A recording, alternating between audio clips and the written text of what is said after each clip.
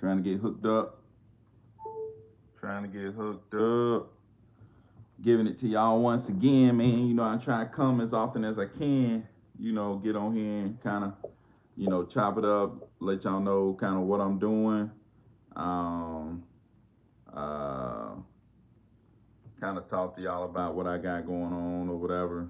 Uh, so, if y'all got any questions, you can always leave a question in the description on the side. Any questions. If you're up in this thing, put your name where you from.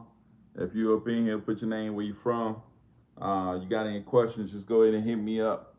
Go ahead and let me know any questions that you got. Go ahead and leave that right there on the side. So put your name and where you from as you come in. Let me know where you from, where you at, what you trying to do, how many deals you doing every month. What's up, ATL? Always up in this thing. But let me know how many deals you doing a month. If you've done a deal, if you haven't done a deal, let me know what you're doing. So Minneapolis up in here, goodness, man. So let me know what you're doing. Put your name, what you got going on, whether you're doing deals, not doing deals. It's all good. Warner Robbins, get cuz up in this thing, man. Kim, what's up, man? Oh my God, we got to get together, man. So how do I start wholesaling? I'm super interested. So you start. I would say you start by finding people that's buying properties. Most people that teach wholesale and teach most people that teach wholesale and teach, hey, go find a property and then market that property somewhere like Facebook, Craigslist, Bigger Pockets, anywhere like that, uh, or something like that. Most people teach get the property and then go sell it to a buyer, but I'm for an idea that I want to find the buyers and then go find the sellers. I think it's more of a conservative approach. I want to know I got the money. I gave the analogy earlier today. I was talking to somebody and I was like, it's kind of like going to the store and not having like you picking up something out of the store, but you ain't got the money. You going to the counter, but you ain't got the money. You know what I'm saying? It's like when you put somebody on the contract, you going toward the closing table, but you ain't got no money. You know what I'm saying? It's like, It's like picking something up out of the store and it's like, hey, since I got a good deal on this, somebody gonna be willing to buy this before I get to the counter. You know, but I'm like, dude, I want to know I got the money, so I find the buyer and then I go find a deal, and I already know I got the money right here because the people with the money already told me, hey, look, you find me this, and I'm buying it. So I come from the idea of, hey, go find a buyer, and then once you find a buyer, and figure out what they want, then you just go shopping for them. You know what I'm saying? You just go shopping for buyers. So they tell you they want this kind of property, this kind of property, this kind of property. You go out there and you hunt for those type of properties. And when you find those properties, you bring it back to the buyers and you say, hey, look, this is what you wanted, right? And then you sell that property to them, you know. So that's kind of how I do it. So the first thing you want to do is figure out how to find buyers. How do you find buyers? There's a lot of different ways, and a lot of people got a lot of resources and ways to find buyers out there. I would go on YouTube and YouTube the mess out of how to find buyers and just try all different type of ways. But the way I find them is like going on Prop Screen, and and if you don't know what Prop Screen is, just like a software service that a lot of different type of real estate investors use in order to get access to the same kind of stuff that's listed on the MLS. Um, you go on there, you can find like people who buying properties cash. You can find sometimes the agents that they're working with, and you just call those people. You know what I'm saying? You may have to skip trace them. You may have to skip trace them and try to find a number or whatever. Find their contact information. You find them, you call them, you figure out what they want, and then you go find properties for them. That's how I would say you should get started. But yeah, man, that's how I would start. So are the contracts with sellers and buyers the same? If you double closing, they can be. They don't have to be, but they can be. It makes it real simple. It's like, that's what I would do. Like if I got a seller and I'm double closing and I send the contract out to the seller and then I got a buyer, I send the same contract out to the buyer, and just, if I'm buying it from the seller at 100, I may send it to the buyer at 115, 115, you know what I'm saying? So I double close it. I may have to pay some little closing costs or whatever, but at the end of the day, I'm walking away with a little under $15,000. So you get both of them on the contract, send it to the attorney's office with the seller's information, buyer information, and then they should reach out and contact them. Different type of companies are different. They may send something to you and say, hey, you send this to these people. It's like, man, come on, man. It's like, but you find a good title company, they'll like you send them over the contracts and they start taking care of everything. I love those type of companies.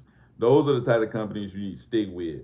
Uh, but anyway, so somebody said, let's hear about the two deals. Me and my buyer just want the property, but his offer was 30K low, but I'm sending out other buyers. Hopefully it'll sell. I'm getting price reduction. Man, I hate price reductions, but hey, you gotta do what you gotta do, man. I definitely understand that. But man, 30K too low. God dog. I don't know. The property must be in really rough shape. That's why, like, you try and get really good details from the seller and even some pictures if you can, you know, to try to get it over to the buyer so they have a better understanding, so they don't think they can do something they come in 30K low. That's crazy stuff. But let's hear about the two deals. So I got two properties under contract today. One of them I got from like cold calling. I didn't cold call them, but my VA cold called them like a month or two ago, and the guy's going through a divorce or whatever. So I just kept like, I called him back because I thought it was a good deal. And he was like, I can't do nothing right now. It's going through a divorce. I gotta go to the courts and all this stuff. So, and his wife is in the house and stuff like that. But it was a good deal. I had this investor that was like, yeah, man, I'll buy it. Bring it to me or whatever. I was like, dang, this is a good deal. But as time went on, I just kept texting him. I probably reached out to this guy like at least every other week for like the last 2 months or so. Just reaching out to him, texting him like, hey, how you doing? How's he's going through like court and all that stuff. I'm like, hey, how did the court date go today? Or, how did the court date go the other day? And just keep texting him, seeing how he was doing, and just going through the process with him. You know what I'm saying? And he kept saying, "Hey, you gotta wait to this day, we gotta wait to that day." Next thing you know, he hit me up the other day and was like, "Hey, I got good news. I went to court and it worked out for me. I'm able to sell the property." I was like, "Great." So I got on the phone with him, talked to him. I was like, "Hey, what are you looking for?" He was like, yeah, I know Zillow says this, but I know you got to do rehab and this and that and this and that.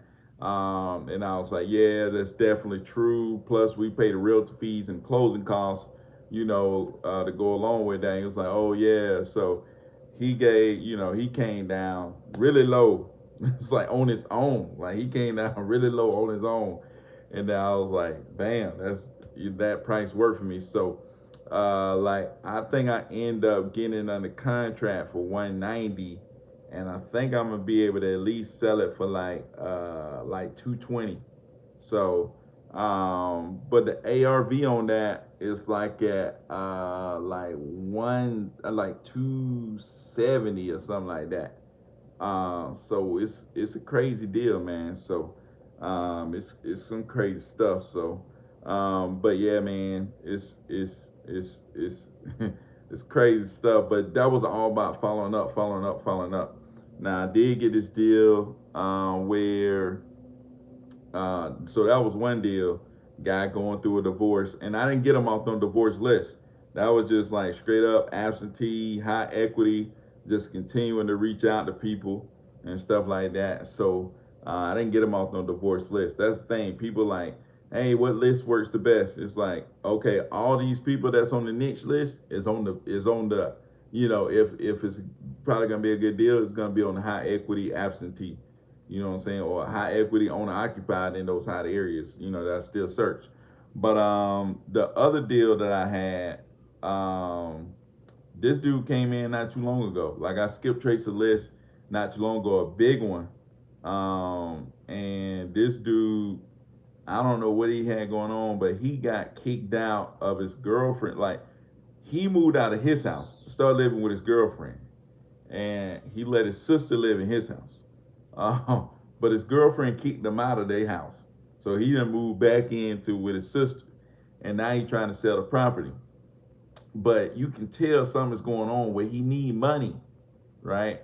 So like he ready to sell, and he gonna take that money. He said he want to go, out further into the country, buy some land and stuff like that. That's what I tell. Like you find these transient areas that's kind of in between. You have them people that's like, man, I want to get out of the country and go into the city, even though that area really ain't country. And then it's like some people be like, this too city. I want to go further out into the country. So like you find that in between area and it usually work out good, but he like, man, I want to go find some land. I want to go out into the country, whatever. And actually, my guy was talking to him. My buddy that came back from Afghanistan. We were sitting there talking on the phone, and I was like, hey, call this guy and talk to him and try to get him on the contract. So he called him and talked to him, and the guy was like, yeah, I want to go out further out into the country. And my guy was telling him where he from. He was like, yeah, I'm from out here in the country too, man. You can come out here and hang with us, get you some land, da da da. So we just like building rapport with them and stuff like that. So it was all good, man. He didn't even sign that day. We let, and then we was like, dang, because we had called him back. He was like, hey, call me back in 15 minutes. We called him back in 15 minutes. He didn't answer the phone. We called him back again later on that day. He didn't answer the phone. We texted him, no answer. It's like, where did this guy go? So that was like Friday. So we waited Saturday, Sunday. We didn't hit him up Monday. We just waited it out. And then Tuesday, we ended up calling him back. He picked up the phone. He was like, oh yeah, I still want to sell. I tried to reach out to y'all or whatever. But so we sent him over the contract, and actually we sent him over the contract. Like he couldn't sign because like for some reason it kept showing up like a barcode kept showing up that was blocking him from signing. So we had to get our VA to rewrite the contract up from scratch. So she wrote it up from scratch, sent it out to him, and that's why our VA sent out the contracts. That's a good thing, man. Like sometimes like when you start getting VAs to do stuff, you get spoiled. It's like you ain't used to writing up no contracts. It's like, dude, you be sitting on the weekend like, man, I may wait till Monday to get a VA to send this contract out, but nah, man. But yeah, man, we send it back out to him. He took a little minute, and then he signed out. Yes, that was two in one day. That's crazy stuff, man. So the contract starting to pile up, and then tomorrow, well, actually tonight, I got this landlord that reached out to me. He was like, "Now I was supposed to be closing on Friday. Actually, I don't know if it'll close on Friday, but either way, we giving this lady $5,000 cash for keys. $5,000 cash for keys. That's crazy stuff, man. It's like, dude, we giving this lady $5,000 cash for keys. But what happened is like the seller came down half of that 5,000, so 2,500. He came down off his price, and then I put up the other 2,500. But I was supposed to make like 21 off the deal, but that's gonna chip it down to probably like close to 19, 18, 19. I probably make off this deal. So, but yeah, man, that's what I got closing tomorrow. So tomorrow after school, I'm going to this lady house, you know, to bring her a check and pick up the keys, put a lockbox on the door, get the buyers out there. The buyer already went out there and did all their stuff. They just probably gonna go out there and do a final walkthrough to make sure that nothing happened in between. Then we're gonna go ahead and close it out, man. So that's a crazy situation. I'm still kind of nervous, like The guy hit me up. Let me see. He probably didn't say something again. So yeah, he was like, yeah, she told me she cleaned out the property. And so it's like, man, I hope she cleaned out this property, man, so we can close and I can get this, this 18, 19K check. So it's gonna be crazy, man, to see if she cleaned out the property. I may even go. I don't know if I go live or whatever, but I may go live. I don't know, but like live on IG, like to just show like, did she clean out this property? And if she cleaned it out, that gonna be like I'm about to be able to get a payday. You know what I'm saying? But if she ain't cleaned it out, she's still up in there. Oh man, it ain't gonna be good. But if I can get the keys though, but my thing is like, dang, you mess around and get the keys, give her the check, and then she able to get back in the house, you know what I'm saying, somehow, and get her stuff back in there or something like that, something crazy. I thought about like going over there and like changing all locks, you know what I'm saying? I don't know, man. I don't even know what I should do in that situation, but I'm gonna try to get that thing closed out as fast as possible though. Like as soon as, I'm gonna get the keys from her, put the lockbox on there, try to get the buyer over there fast as possible and get that thing closed as fast as I can. You know what I'm saying? So everything pretty much set with the closing attorney or whatever. So we should be good to go on that. But yeah, man, that's the two deals I got. And that's two deals I put in a contract today. And that's the one deal I got that's closing. That's supposed to be closing this week. I got one, two, I think three other deals supposed to close next week. So I got three properties closing next week, and I think all three of them are closing on the same day next week, if I'm not mistaken. Or I think two or three of them are closing next week, but I think they closing almost on the same day. But no, two of them closing next week. I got one that's like a 30K deal is closing next week, and then I got another one. It's just like I think it's like a 10K, 11K deal that's gonna close next week. Um, and then the week after that, I got three of them that's closing. Right, so I got one closing this week, two closing next week, three closing week after that, and then three more to close the week after that. So I think total it's like nine of them closing this month. I think it may be 10 because the guy got on contract today. He wanted to close at the end of this month. So it's probably 10. So we'll see. But anyway, so I'm gonna go over here on the side, man, try to answer some of y'all questions. So what should I do if the seller is not answering anymore? My buyer's ready to close. Ooh, you got them under contract, they ain't answering no more. Oh my God, are they under contract and they ain't answering no more?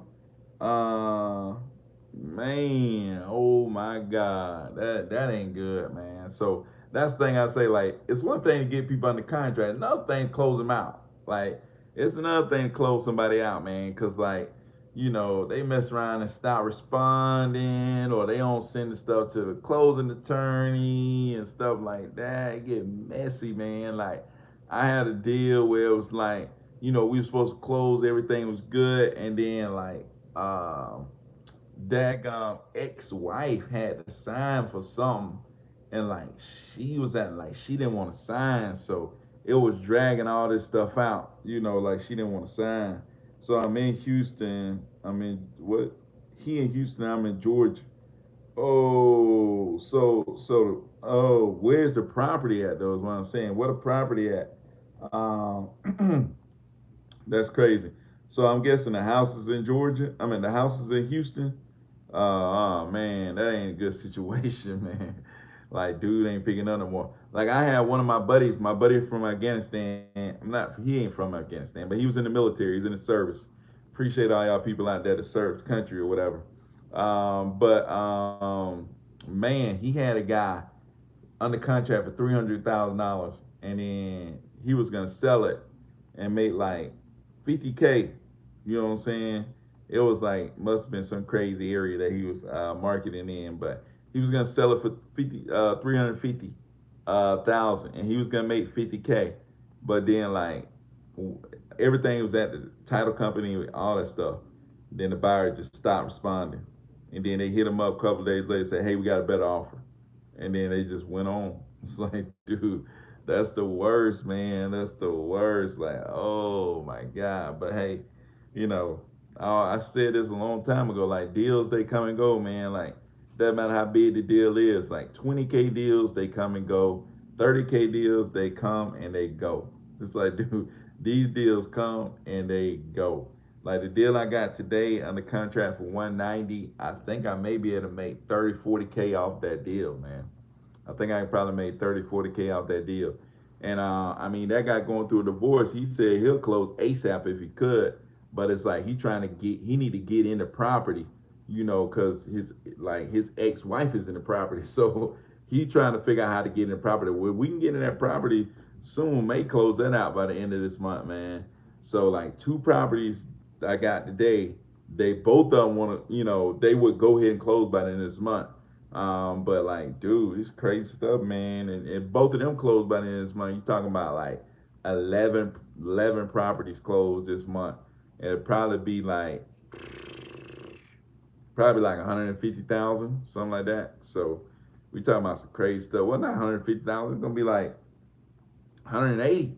It's like, dude, it would be like 180, something like that. It'd be something crazy like $180,000 if I close like all these deals I got that want to close in September. Some of them probably gonna spill over into October or something like that. But we'll see, man. We'll see. We'll see. We'll see.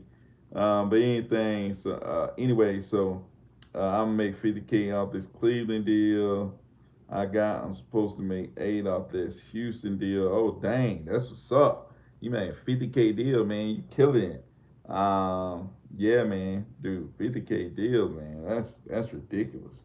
Yeah, I never closed a deal that big, man. I've never closed a deal that big. But it seems like sometimes bigger the deals is like, people start getting antsy. It's like, dang, is seller gonna look somewhere and find somebody gonna come offer them more or something like that. It's crazy, man. But how many hours a week would you say you spend on wholesaling? I don't know, man, cause like I be at work and I could be at my computer at work hitting people up. It's like, do I count them hours? I'm kind of at work, kind of doing my job, but I'm really, maybe texting somebody back. I don't have to spend too much time on it right now. I really don't spend too much time. I try to put more time in. Like I've been spending more time working on the business, like putting together processes and step-by-step manuals and videos and all that stuff for like my VAs and anybody that would come into the company or whatever. So that's what I've been doing really, just putting that stuff together. So I've been just creating step-by-step processes. That's what I've been doing a lot of. But yeah, man, I mean, I still spend time on my business. I mean, that's what I'm trying to do, trying to build that up so that I can move out. I'm not trying to spend less time. It's like I'm trying to really get it going, so I can build it up so I can kind of move out and spend less time, once I actually build up a system. You know what I'm saying? It's like you can't spend less time on your business when you don't have a system in place. So I'm trying to build up and get that system in place. And once I get the system in place, then I can spend less time. But I got to spend time on it right now. Um, but what's the area in that property? You talking about the property I put under contract? Both of those in the Atlanta area. I'm in Atlanta. I stay around Atlanta, so I don't go too far. Mainly stay around the outskirts of Atlanta, so that's kind of where I stay. That's where I'm at. Um, but anyway, but yeah, man. Hopefully, I go there tomorrow, all that workout, and then hopefully, the daggone two I got on contract today work out. Um, and yeah, man. So, and then just trying to get all these buyers inside all these properties. That's one big thing. It's like coordinating, buyers getting into the properties, being able to see them and stuff like that. Because I don't go to these properties. I send my buyers out to the properties. So them being, trying to get the seller to, cooperate and the buyer to go out there, and the buyer already know he ain't gonna say nothing. Most time I tell them, my buyer is my contractor, or it's one of somebody I got going out there to inspect the property or something like that.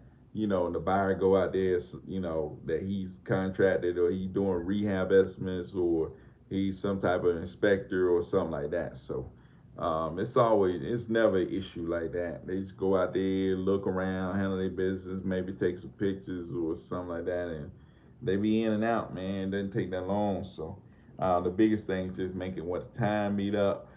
Uh, yeah, yeah, just make it with a time meet up and where everybody can kind of get into the property or whatever. But like when you got so many going on, it's like, dude, you got 17 going on. You trying to coordinate all these different things. You know what I'm saying? So it's just, it get a little crazy. Get a little hectic to make sure you got all this stuff set up, and then now you got to coordinate all these transactions with the title company. You know what I'm saying? So you got to hit the title company up and make sure that the title company is getting all these contracts. That they able to reach all the sellers, that they actually, got everything that they need, that they don't need nothing else and all this stuff. So it get crazy, man, especially when you start dealing with title companies that's in another state. And it's like, yeah, dog, man, that junk get crazy, man. Get real crazy. But anyway, so if you got questions, man, post it over here on the side. I know a lot of people be having questions about stuff. Just post it over here on the side. But I've been getting a lot of questions about like how to hire VAs. So what I did lately, I just hired a VA today. Is I go on onlinejobs.ph, but you have to get like a subscription to go on onlinejobs.ph. But when you get that subscription, you can post job posts. When you post job posts, a lot of these VAs will respond to that job post, and when they respond to the job post, you just hit them back. I usually say, hey, please submit an audio recording or a video recording, and I listen to it to see if they speak English pretty good. Almost don't even matter their level of experience.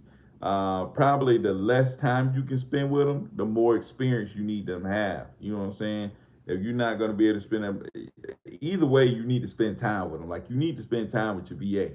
Like that's how you're gonna get the most out of them is spending time with them, building a relationship with them. You know what I'm saying? If they don't care nothing about you, they're not gonna, they're less likely to act ethically. They're gonna come late. They're gonna skimp you on your time. All that different stuff. They're not gonna work hard for you. Like I got VAs right now that are working hard. You know what I'm saying? Because like me and my buddy, we split VAs. So like he pay half, I pay half. So we split a lot of stuff. But like we spent time with them, we talked to them. We invested in the same thing they invested in. At this point it's come like we just can't hire a VA because they're good. Like they got to be able to fit into our group and how we, talk to each other and stuff like that. So like once I left Keith Everett 2 day transformation, I started having these team meetings.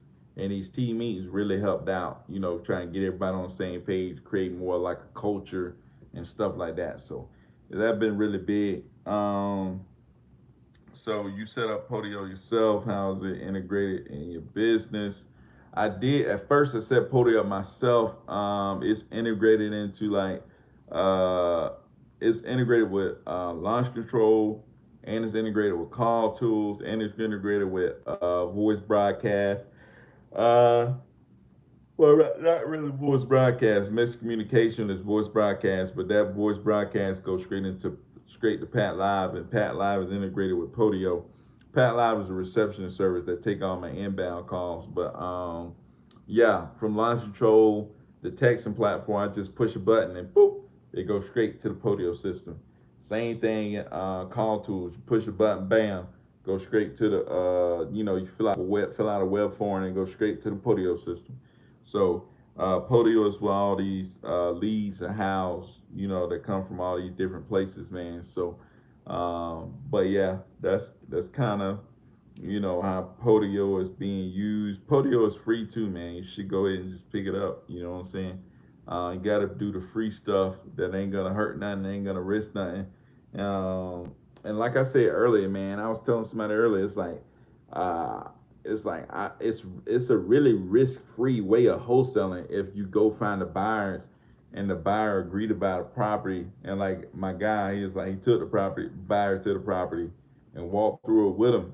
You know what I'm saying? And it's like if they say, hey, I'll buy it for this price, you know what I'm saying? You get the guy in the contract for lower, you already got a price you at with the seller, you know what I'm saying, or already get the property on contract with the buyer knowing, hey, I'm gonna pay this much for that property. You ask the buyer before you even put it on the contract. You know what I'm saying? So let's say if you got a property and it's gonna sell for like you and the seller is at $70,000, and you go to that buyer and say, hey, you think you can do this for 90? And the buyer says, yeah, I think I can get that done for 90. So okay, I'll put him on the contract then. You know what I'm saying? We go do our due diligence. He go see the property, and he come back. Yeah, I can do it for 90. Whoop, lock him up, and now we ready to go. You know what I'm saying? He come back and say, nah, I can't do 90. I can't even do 70. I can do 60 or 50. You go back to the seller and say, hey, based on our inspection, we won't be able to do the 70 that we discussed. We can potentially do 60. We could potentially do X amount or X amount. That's what you gotta like. That's, I feel, the best way to do it. It's like you basically like you're acting as the buyer. You know what I'm saying? You like, what I'm saying. Don't I wouldn't go just put this person on a contract at a certain price and then try to run over here and try to find somebody. You know what I'm saying? Unless it's a sure deal. I mean, like it's so sure that it's a deal. Um, and then you can go do it. Like I have, and I still do put properties under contract without having a buyer if I know that it's like I know that this gonna sell. Like I just know this is about to fly. You know what I'm saying? So, but that's when I wouldn't even do that when I was new, but like that's when you probably more experienced, so you kind of know more about what's going on or whatever. Um, but yeah, that's what I would do. Try to get that buyer to commit to a price, and then bam, get the seller on the contract, and then get the buyer over there to see the property, and then go from there. What's up, Rolex man? What's up? What's up? What's up? But yeah, man, that's kind of what I would do. But yeah, it's crazy stuff. Uh, but anyway, so what I've been working on, like, is trying to set up like these different departments within my business, like, the marketing department, acquisition department, disposition department, transaction department, and set up these different departments basically, and like define their roles. You know what I'm saying? Like, what's the role of these different people, and what tasks they ought to be doing and stuff like that. So that's kind of what I've been working on a lot of, just getting that written out and then doing videos on that. It's what I really been working on or trying to work on. So, but yeah, man. If y'all got questions, man, make sure you leaving them on the side. I answer any questions the best I can. But yeah, y'all can just go ahead and throw that in on the side. But shoot, dang, what I was about to talk about. Um, oh yeah, I think I was about to talk about like stuff that I listen to, like these, like like podcasts and books that you can listen to. Like I know I recommend a book a lot of times. If you can't wholesale after this, I have nothing for you. Like if I was trying to start, like my buddy was talking about starting earlier, and I thought about that book. It was like if I was trying to start, I would read that book. If you can't wholesale after this, I got nothing for you. You know what I'm saying? I would definitely read that book if I was trying to get started. And then like another good thing, like if you want to learn how to talk to sellers, go listen to King Kong podcast, Wholesale to Millions. His Wholesale to Millions podcast is really good. Um, it'll give you a lot of tips on how to talk to seller and the approach to use when you go in and trying to talk to sellers or whatever. So what programs do you put names in to get numbers for the buyers or the sellers? You talking about skill tracing basically. At least it seemed like so. To skip trace leads, I use Lead Sherpa. I use Lead Sherpa to skip trace leads. That's for buyer and seller leads. But yeah, that's what I use. I use Lead Sherpa. So I pull the list from Prop Screen. I use Lead Sherpa to skip trace, and then I upload it into these different platforms. And then I call, text, voice broadcast, and then that all funnels into Podio. So that's kind of how I do it. That's how I reach out. That's how I find the numbers or whatever. That's really my system and kind of what I do. Um, so how long does it take to get your assignment fee once the deal's closed? It kind of depends on the buyer, and once they okay the funds or once they release the funds, then once they get a title company to okay to go ahead and fund the deal, bam, you usually able to go get your check, or you can get your money wired to you, whichever way you want to do it. So that's kind of how that works. As far as the assignment fee, now if you double closing, you're gonna go in there and sign. You're still gonna make have to wait to the end buyer approve, or tell them to go ahead and release the funds or whatever. But once they release them, you should be good to go. But most time at a double closing, you can get your check right there. You know what I'm saying? So that's usually how that is. But yeah, man. Um, whew, man, it's just been a crazy month, man. So I sent you email. When do you respond to emails? I don't know, man. My email is crazy, man. So I don't know. If you send me an email, it may not even be in my box. It may be in my spam. Ain't no telling what that email is. So DM me on IG. That's what I would try to do. Like I was just saying, like trying to coordinate all these different closings and all these different buyers going out to see properties and all that stuff. It's like my email is going crazy right now. So I would just send me a message on IG, REI next door, and yeah, send me that. So um, man. Sorry about not getting back to you in time though.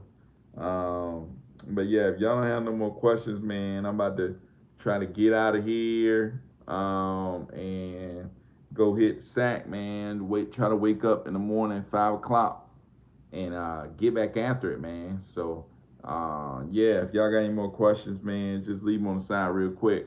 I'm gonna try to answer them. If you haven't already, go and subscribe to the channel. Like, subscribe, or whatever. Share it out to your people on Facebook, on IG. Wherever you hang out. Go tell your people what we got going on. I know a lot of people trying to level up, a lot of people trying to make money, a lot of people out there trying to take their, family or themselves to another level. So, I'm all about that. That's why I get on here and try to give it back. What do you do with all the profits you receive? Put it in the bank. Like, dude, yeah, man, all the profits I receive, put that junk in the bank, man. Cause, oh yeah, that's another thing, man. Like um I'm starting to fund transactions. So like if you need like a transaction funded, a lot of times you have to double close, or you need to double close for whatever reason. It's like I definitely, I got funds, I got people who have funds, trying to fund transactions. If you ever, you need it, try to, you can try to hit me up if you really got something lined up. If your stuff is good to go, I know some people that do transactional funding can help you out. So, but yeah, man.